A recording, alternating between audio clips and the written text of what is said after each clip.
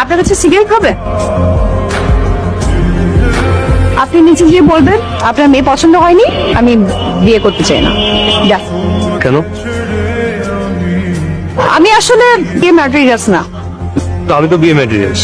আপনি আসলে বুঝতে পারছেন, আমি এই বিয়েতে রাজি হয়েছি, মানে আপনাদেরকে দেখতে রাজি হয়েছে এই কারণে, কারণ আমার মা আমাকে ইমোশনালি অত্যাচার করেছে। আপনি নিচে যেয়ে বলবেন মেয়ে আপনার পছন্দ হয়নি, ব্যাসই বিয়ে ভেঙে দেবে। তাকে অপছন্দ করার মতো একটা কারণও পাইনি। এডুকেটেড মেয়ে, আপনি সেলফ ডিপেন্ডেন্ট, আপনি সুন্দরী। শুধু আমার মনে হয় না আমার নিচে কি আপনার মাকে মিথ্যে কথাটা বলার কোনো প্রয়োজন আছে। আপনি আসলে বুঝতে পারছেন না, আমার বিয়ে পছন্দ না। বিয়ে করলে আপনি হ্যাপি থাকতে পারবেন না। থাকতেও তো পারেন। দেখেন, এটা কোনোভাবেই পসিবল না। কেন পসিবল? কারণ আমি বিয়ের পর দেখেছি মেয়েদের উপর অত্যাচার শুরু হয়। এটা করতে পারবা না, এভাবে চলতে হবে, আর সেটা না আমি পারবো না। আপনি